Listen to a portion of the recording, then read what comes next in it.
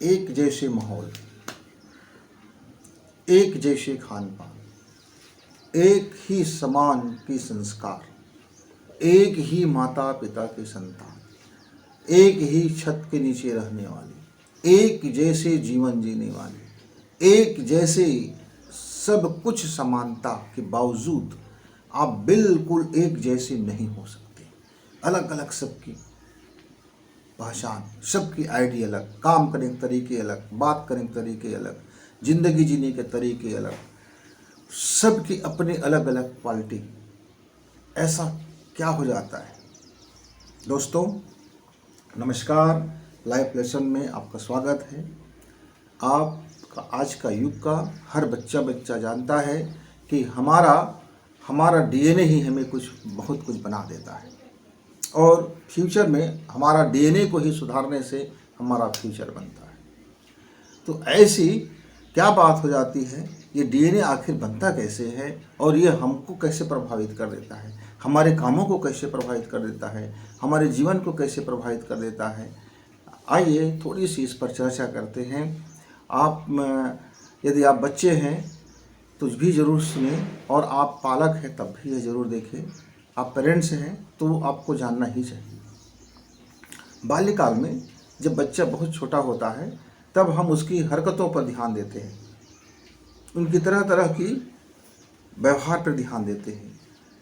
ये प्रकट होता है कि कौन से डीएनए इनका प्रभावी है। आपका डीएनए, माता पिता का डीएनए, पूर्वजों का डीएनए और हजारों साल से लाखों साल से जो मनुष्य जाति का जो प्रगति हुआ है, हम जो होमो सेपियंस जब से युग में आए हैं तब से वो उस समय से आज तक का उनका जो कलांतर का प्रभाव है, ये हमारे शरीर के अंदर में हमारा व्यवहार को नियंत्रित करते हैं, हमारी सोच को नियंत्रित करते हैं, हमारे अंदर की भीतर की संसार को नियंत्रित करते हैं, हमारी भावनाओं को नियंत्रित करते हैं, हमारी संवेदनाओं को नियंत्रित करते हैं, हमें सोचने के तरीके को वो बदल के रख देता है। तो एक जैसे माहौल में होने के बावजूद, एक माता पिता के संतान होने के बावजूद, एक जैसे खान पान होने के बावजूद, एक तरह से जीवन शैली होने के बावजूद, एक वातावरण में रहने के बावजूद हर व्यक्ति, हर बच्चा अलग हो जाता है। और ये अलग होना ही उनको अपना आईडी बनाता है, उनका अपना आधार बनता है। क्यों? क्योंकि सबके संवेदनाओं का स्तर अलग होता है। जब हम ये कहते हैं कि सब बच्चे एक समान क्यों नहीं हो सकते, तो नहीं हो सकते। क्यों? प्रकृति ने हर में एक डिफरेंट पैदा किया है। वो क्या है? उसकी कल्पना शक्ति, उसकी जीवन को देखने की तौर तरीका, यानी उनका दृष्टिकोण। और ये उनका दृष्टिकोण और इनका थॉट, उनके जीवन के प्रति नज़रिया, ये कहाँ से आता है? ये आता है मित्र उनके भीतर में बैठे हुए मनुष्य से। उनके अंदर में एक और हमारा जो मनुष्य है, वो जो गर्भ के समय में जो हमको प्रशिक्षण मिला, हम जब जीव काल में थे, जब हम इस शरीर को धारण नहीं किए थे, जब हम एक एनर्जी रूप में थे, और उस एनर्जी का जो जीव है और आत्मा, जो जीव आत्मा को दोनों मिलकर के एक शरीर की आवश्यकता पड़ती है, एक शरीर की आवश्यकता पड़ती है। तो वो दोनों का जो पूर्व में जो उनका संचित ज्ञान था, जो संचित कर्म था, जो संचित उनका थॉट था, जो संचित उनके संस्कार थे, ये बीज स्वरूप में हमारे डीएनए में सम्मिलित हो जाता है। माता पिता का डीएनए तो मिलता ही है, साथ में वह जीवात्मा का स्वयं का उनके जीवन में जो प्रभावितता का नियम है, जो प्रभावित रहता है, उसके अनुसार से वह भी सम्मिलित हो जाता है। मित्रों 60% वह जीवात्मा की संस्कार, उसका डीएनए, उसका खुद का अनुभव, उनके जीवन जीने की शैलियाँ, वह उनके जीवात्मा के साथ आ जाते हैं। 40% हमारे माता पिता का डीएनए शामिल हो जाता है। इसीलिए जब हम देखते हैं कोई काम करते हैं तो हर बच्चा उसी काम को अलग अलग तरीके से करता है। एक बच्चा एक गिलास पानी मंगा लीजिए, एक बच्चा बड़ी लापरवाही से वो कहीं से भी उठाएगा गिलास और कैसे भी पानी लेकर के आपको यूं ही परोस देगा, और उसको बड़े बोझ लगेगा पानी देना, बहुत ऐसा लगेगा कि क्या बताऊं, ये काम करना पड़ रहा है। एक बच्चा से आप पानी मांगो, वह बहुत तरीके से साफ सुथरा गिलास लेके आता है, धोता भी है, पानी भी भरता है, स्ट्रे में सजाता है, आपको परोसता है और मुस्कुरा के देता है, और उससे बड़ी खुशी अनुभव होता है। उसको इतना खुशी अनुभव होता है कि जैसे लगता है कि आज उसने एक बहुत बेहतरीन काम किया। उसी काम को अपने कल्पना और कलात्मकता से पेश किया और वह काम तारीफ के काबिल बन गए। वह काम उसको अलग बना दिया, उसकी आइडिया अलग हो गया, उसके काम करने के तरीके भी नहीं, उसको अलग बना दिया। तो मित्रों, इसको हम प्रयास करके सुधारते तो हैं, पर ये ज़्यादा अनायास होता है।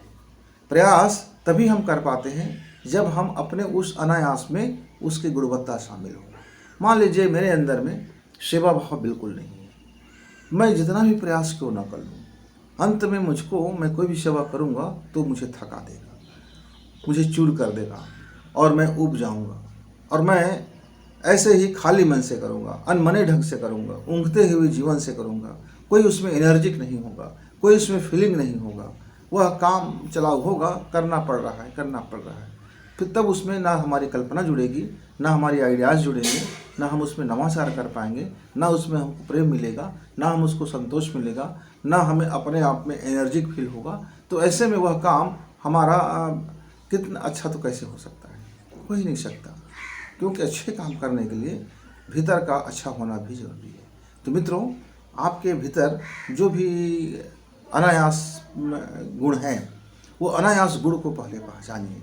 आपके जन्म जन्मांतर से ऐसे कह सकते हैं, आप कह सकते हैं कि जो जीव आत्मा है वह अपने साथ जो लेकर के, जो खजाना लेकर के आते हैं, क्योंकि उसके जो भी जन्म में, जिस भी जीव में, जिस भी जन्म में, जिस भी वर्ग में, कितने लाख साल से वह इसको अनुभव लेता रहा है, अपने काम को करते रहे हैं, तो उसका अलग अलग दिलचस्पी होंगे, अलग अलग वो प्रकृति के होंगे, अलग अलग वो नेचर के होंगे। तो आपका अपना नेचर पहचान कीजिए। आप अपना नेचर को जब समझ जाएंगे कि मुझको इस काम में बहुत खुशी मिलता है, मैं इस काम को बड़े कलात्मक ढंग से करता हूँ, मुझको इस काम करने में घंटों कर लेता हूँ, मुझे पता ही नहीं चलता कि मैंने कितने घंटे के, और आनंद से भर जाता हूँ।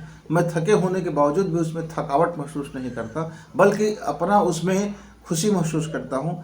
तो ऐसे आप अपने काम का जरा लिस्ट बना लीजिए, और ऐसे अनायास आपके जीवन में एक दो काम होते हैं जो प्राकृतिक रूप से आपको मिला होता है, यानी जो आपके पूर्व जन्मों का वो अभ्यास होता है।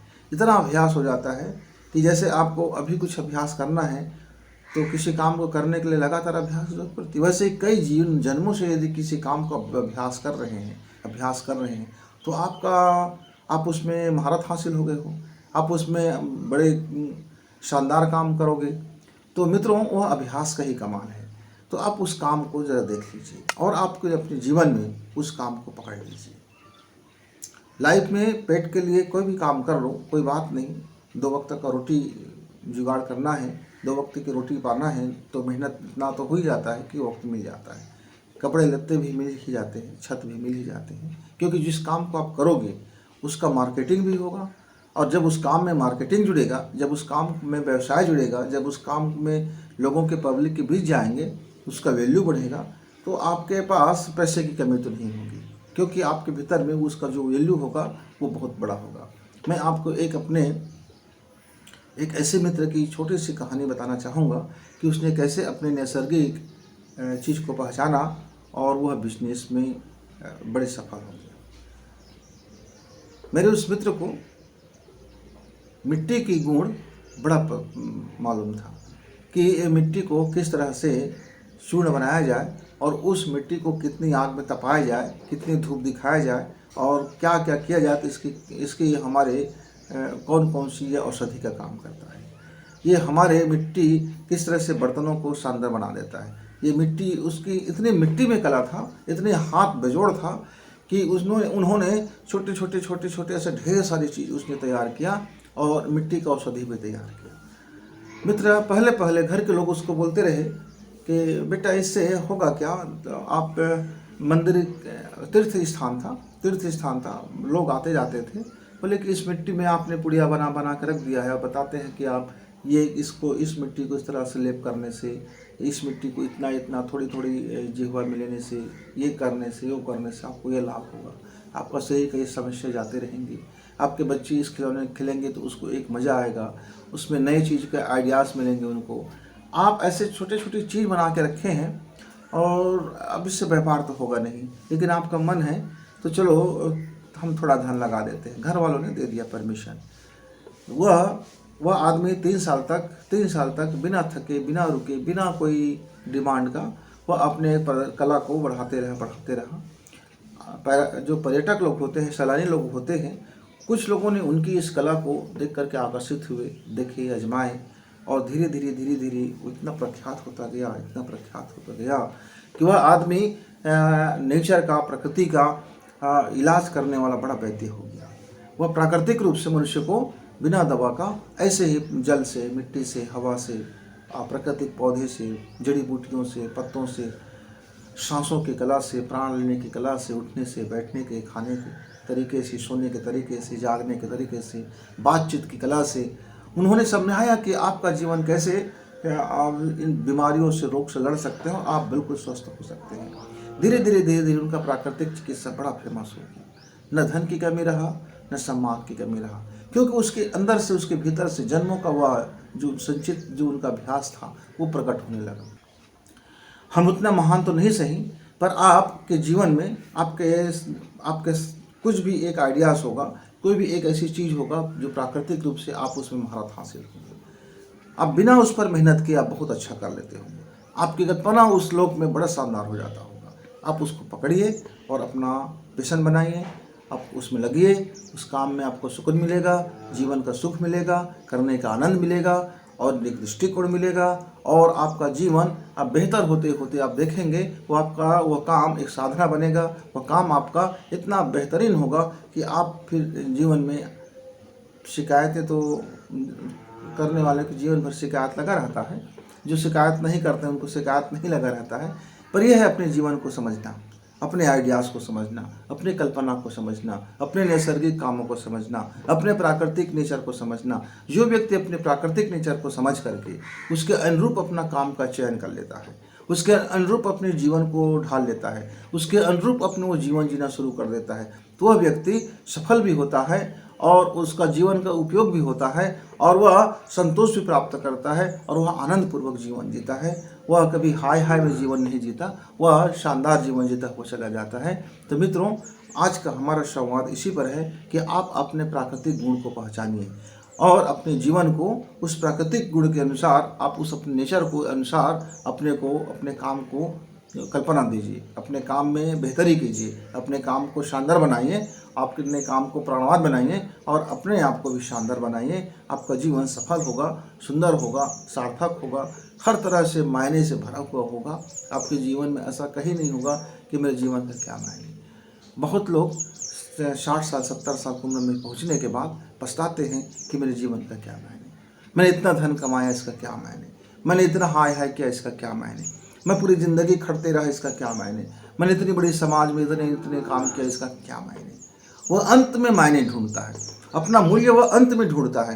तो मित्रों, आप अभी जिस अवस्था में हो, जिस उम्र में हो, आज आप अपना मायने ढूंढिए, आप अपना वैल्यू पहचानिए, आप अपनी कीमत पहचानिए। वही आपका असली व्यक्तित्व है, वही आपका असली व्यक्तित्व है। अपने बात को वाणी को विराम देते हुए धन्यवाद।